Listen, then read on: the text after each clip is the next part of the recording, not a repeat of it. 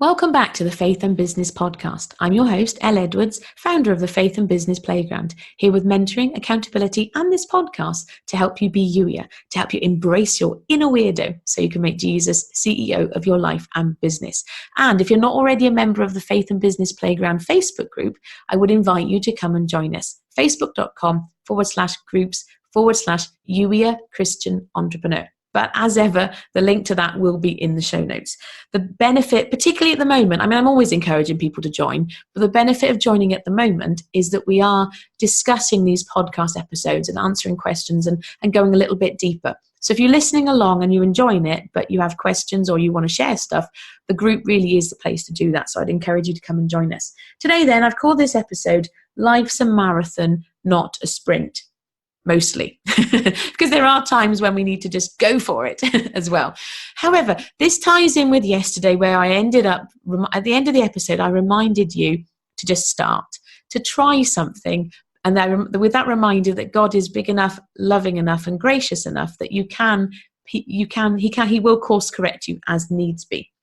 But what I was reminded of as I was preparing for today's episode, there's a story, I don't know if you've come across, there's a book called Grace Over Grind by a lovely lady called Shay Bynes. Now I'm in one of her Facebook groups, and her book is really brilliant, and I will put a link to her book in the show notes, because if you haven't read it before, I would encourage you to read it.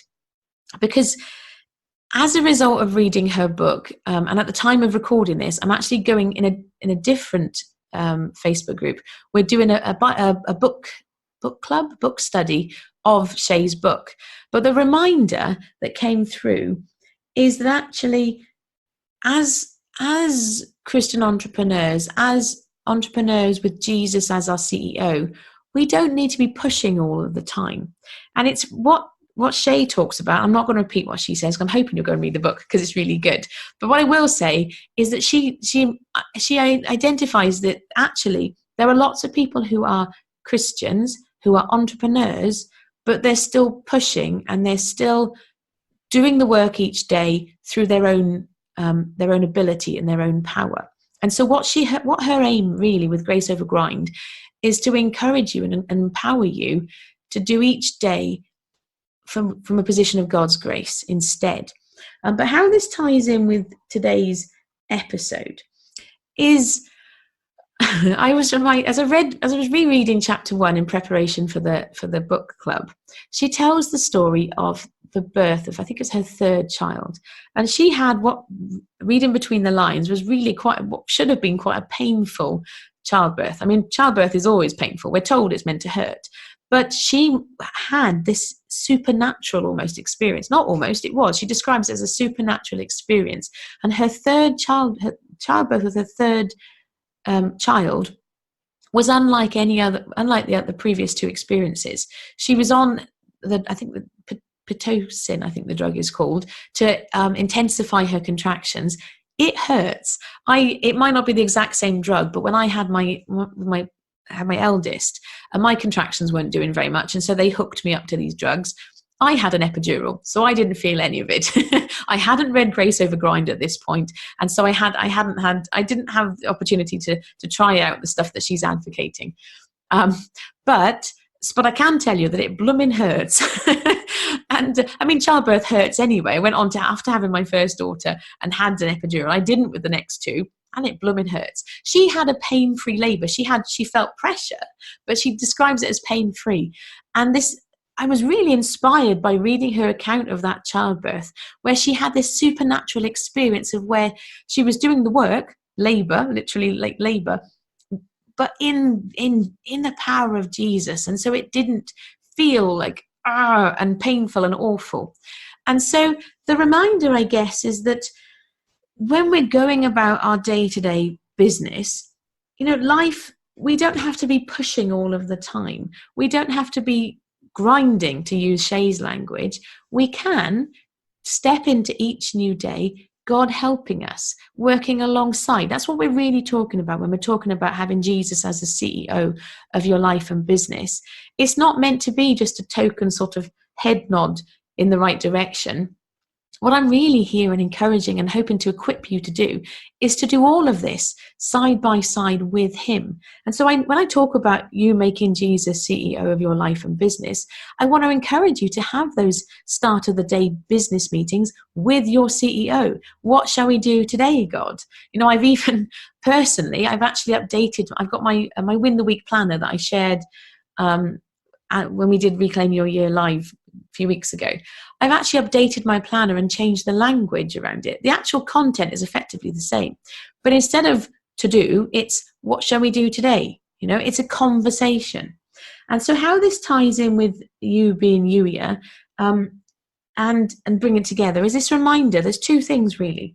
There's the reminder that you don't have to push and strive and struggle to find out what it looks like to be you every single day.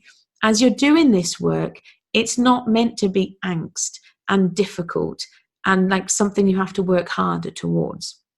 And then the follow-up reminder is that it's a marathon, it's not a sprint. So you don't have to do it all today. And this is week 2 of what I anticipate at the time of recording will be a 6-week venture through this together. So we're early in our journey anyway, but even if we were right at the very end, it's not like you're going to listen to the next 6 weeks of podcast episodes and then be done. It's a day-by-day journey piece. And so that's like those combined, those dual reminders that you don't have to push and you don't have to get it all done today. And I'm hoping to share that with you by way of encouragement, really, because part of the conversation that's been coming up in the playground over on Facebook is that sometimes it's really hard to know who we are. I posted on Instagram then a soundbite, if you like, from one podcast episode. And one person responded and said, God says I am, therefore I am God. I think, read it, and I asked a follow-up question and didn't get a reply at the time. So I guess it was the person who was asking the question was somebody who believes that ultimately they are God, which I know is outside of Christian circles is quite a popular premise. Some people believe that ultimately they are God. That's not what I personally ascribe to. I am glad that God is God and I am not. But he was using that wordplay because God does call himself I am. I am. And so therefore I am God was what he was asking. I don't believe that is the case at all. We are very clearly us and God is God. Yes, we have God with us 24/7. That doesn't make us God. But that's a kind of bigger philosophical conversation, which we can have another day if you like. Really, though, I just wanted to encourage you because if you're finding it difficult, if you're trying to sort of like push yourself for the answer, I want to remind you and encourage you, going back to what we talked about before, to lighten up with it, but just to remind you that God's big enough. He knows who you are. And so I want to ask you, I guess your writing prompt for today really is, where are you currently pushing? What areas of your life are you trying to willpower even push your way through to see some results? And I pause there because what I want you then to think about is then, like we talked already in previous episodes this week, see what resistance comes up as well. Because where you have that resistance, that's where you want to explore.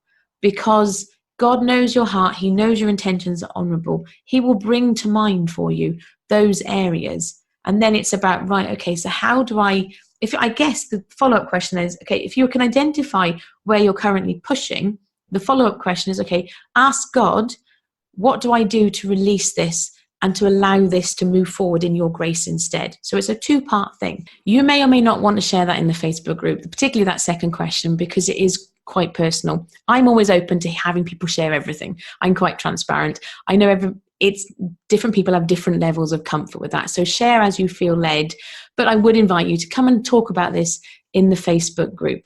But reminder of that writing prompt. Where are you currently pushing? And ask God, where is he asking you to let go and have his grace? What does that look like for his grace to be in that situation instead? I'll be back soon, but in the meantime, do please come over to the Facebook group and share. And thank you for listening. Take care. Bye-bye.